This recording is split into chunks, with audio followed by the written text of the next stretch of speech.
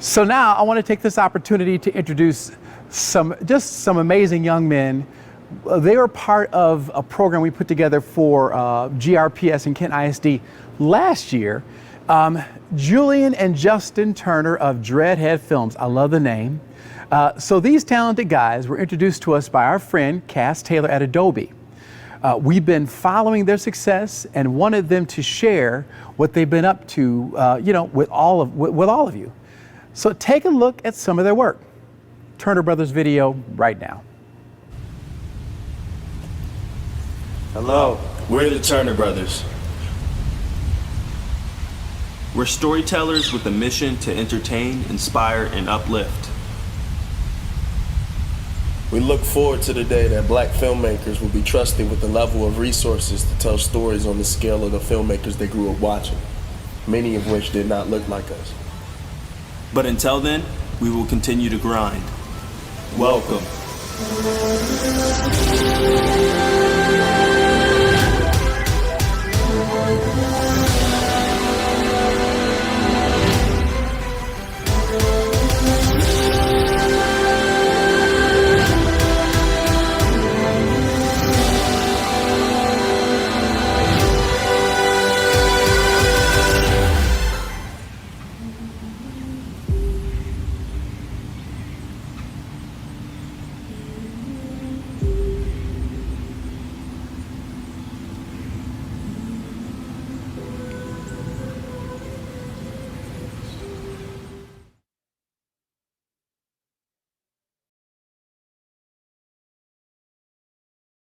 Well, all right.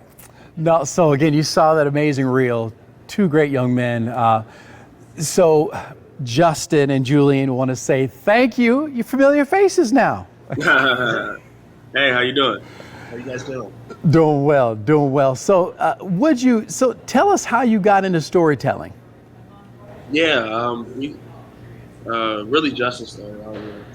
Yeah, so about 7 or 8 years ago, our mom used to have like one of those old school Macintoshes, and it had like one of those webcams. And so my brother and I, we would play around with that camera a lot. We had iMovie installed on the computer, so we would use transitions to make it look like we were disappearing and teleporting and floating in the air and stuff like that, because we wanted to imitate and kind of give ourselves superhero traits, because we loved all the Marvel movies and different anime like Dragon Ball Z and whatnot. And so from there, that kind of elevated, and each year we would do more and more, and our parents started investing in us more and more, and eventually we were able to produce our create our first short film in 2013 or 14.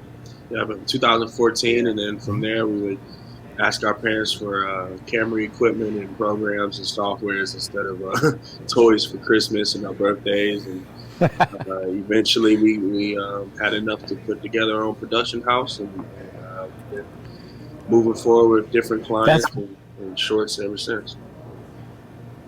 Wow, man, that's great. So talk about this TED Talk and Morehouse connection. What took place there that was significant? Recently just did a TED Talk at Morehouse College at the inaugural TEDx Morehouse College, where we spoke about our journey in our entrepreneurial journey with our production company, and just our filmmaking journey as creators, and how boldness plays a part in pushing you forward in your career, and how bold endeavors can really create opportunities for you that you never would have seen before. So that's that'll be coming out in the next few weeks publicly on YouTube, and we hope everybody can learn a little something from our journey as we continue to go down there. No, that's great, man. Thank you for that. So then, of course, connected to students is Mosaic's, that's our focus, right? Talk about opportunities for other students, right? And where they may say, I mean, my goodness, Dreadhead Films, I mean, I just saw what they did. I could never do that. Speak to the kind of that, a little bit of that process, and kind of encourage our students that, where should they begin? What are opportunities that exist? Yeah, so most of our opportunities have always come from us. I guess taking that, like you said, bold step forward and believing that if we use what we have and do what we can, that things will come because of it.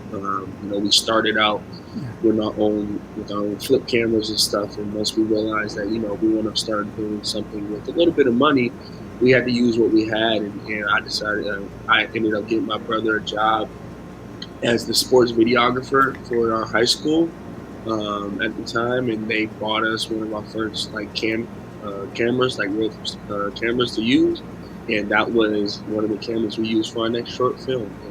And we had a little bit of pocket change, Wow. and then we decided we were going to start Dreadhead Films, and so we made our own T-shirts, and so we sold T-shirts, and whatever we made from our T-shirts, whatever profit we made from our T-shirts, we put into our next short film.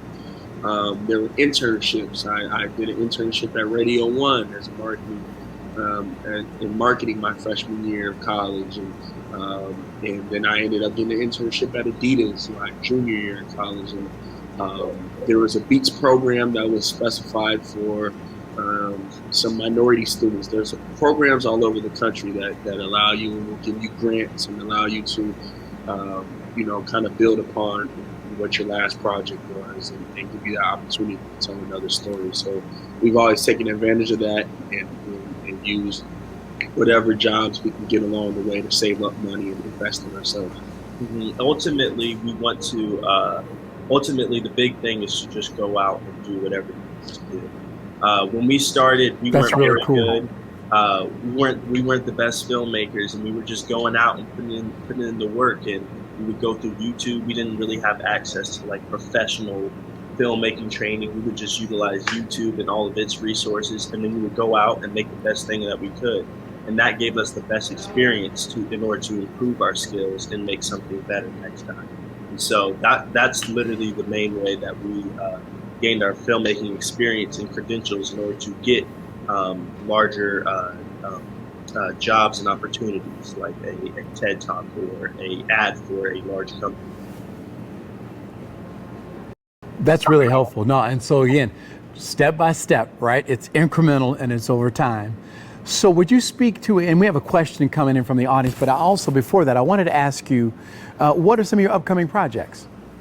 Yeah, we recently have been working with I'm and Social Status, who have collaborations coming up in the next few years with Nike and Air Jordan. And so earlier this year, we shot a short film collaboration with Air Jordan.